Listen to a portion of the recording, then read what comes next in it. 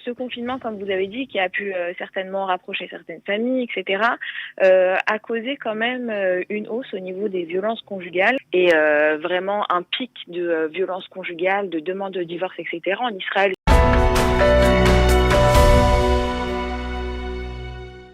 Je crois que Léa Haddad est en ligne. Bonjour Léa. Oui. Bonjour Léa. Bonjour Cathy. Bonjour. On est ravis de vous entendre. Alors, est-ce que c'est vrai cette recrudescence de plaintes pour violence ? Alors, moi, j'ai pas eu les données de la police israélienne, pour vous dire la vérité.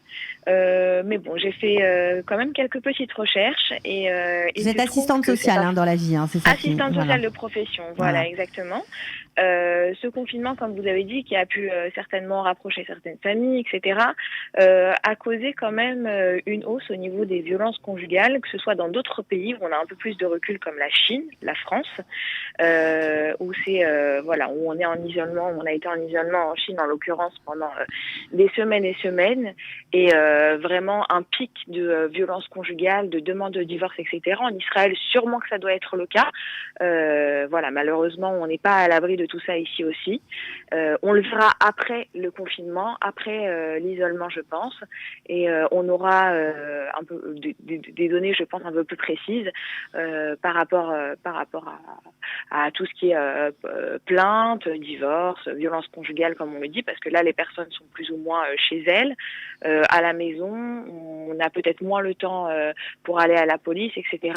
Alors justement, comment ça se passe? Parce que si on est en face dans un couple ou dans une famille à des violences familiales à l'intérieur de la famille, que ça soit de la part de la femme ou de la part de l'homme d'ailleurs, comment cela se passe? Il y a toujours les services sociaux qui fonctionnent? On peut appeler des numéros de téléphone? Sûr.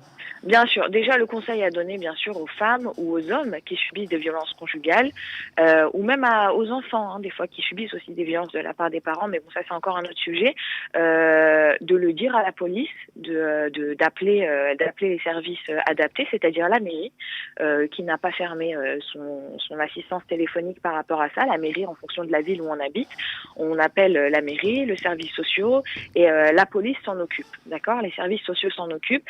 Ça, il y a toujours des assistantes des assistantes sociales qui seront en service pour venir faire même une visite à la maison s'il le faut. Et on conseille et on pousse surtout les femmes, les hommes, les enfants à le dire et ne pas rester enfermés chez soi parce que c'est le confinement ou parce qu'on peut pas bouger. Donc on peut pas pour l'instant fuir le domicile, on va dire, parce que c'est vraiment compliqué. On se trouve enfermés entre nous. Mais il faut le dire de toutes les façons et la police fera son travail quoi qu'il en soit.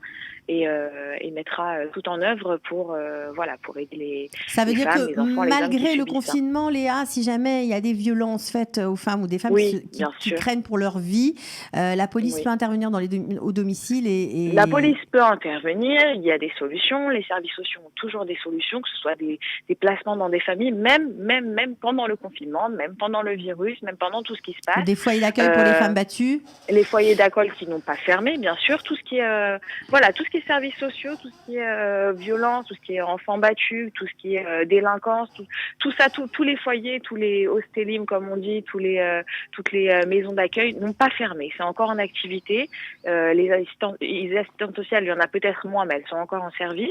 Et on peut s'adresser à la mairie et parallèlement à la police si on veut, mais en général, les services sociaux de la mairie font du travail. Très bien. Est-ce que vous avez été confronté à des problèmes comme ces problèmes de violence familiale ces derniers temps? Alors, là, actuellement, je ne suis pas en activité, donc pour tout vous dire, non. Mais ça me paraît complètement logique de se retrouver enfermé dans un même domicile, la routine qui a été complètement perturbée, les enfants à la maison, le mari qui se voit constamment avec sa femme et ses enfants et qui n'a pas l'habitude du tout de ce train de vie, peut engendrer. Et on entend à droite, à gauche, mais il faut faire très très attention. Et surtout pour les proches, de rester bien sûr à l'écoute. Quand on sait qu'il y a une femme, malheureusement, qui subit des des petites violences, même que ce soit verbal, etc. Toujours prendre des nouvelles, même si on est loin. Passer un appel, etc. Alors, appeler les services sociaux, les numéros d'urgence, c'est bien sûr une solution. Est-ce que vous avez d'autres propositions, d'autres solutions à proposer à des personnes qui sont face à des personnes violentes? De quelle manière réagir avant, bien entendu, d'appeler ces services d'urgence?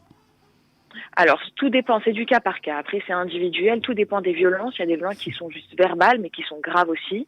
Il y a des chantages qui sont faits des fois de la part des maris envers les femmes. Il y a des violences qui sont physiques. Tout dépendra du niveau de la violence. Tout dépendra de la fréquence aussi de la violence. Des fois, c'est des querelles qui sont sous-jacentes et qui surgissent avec le confinement, à cause du confinement.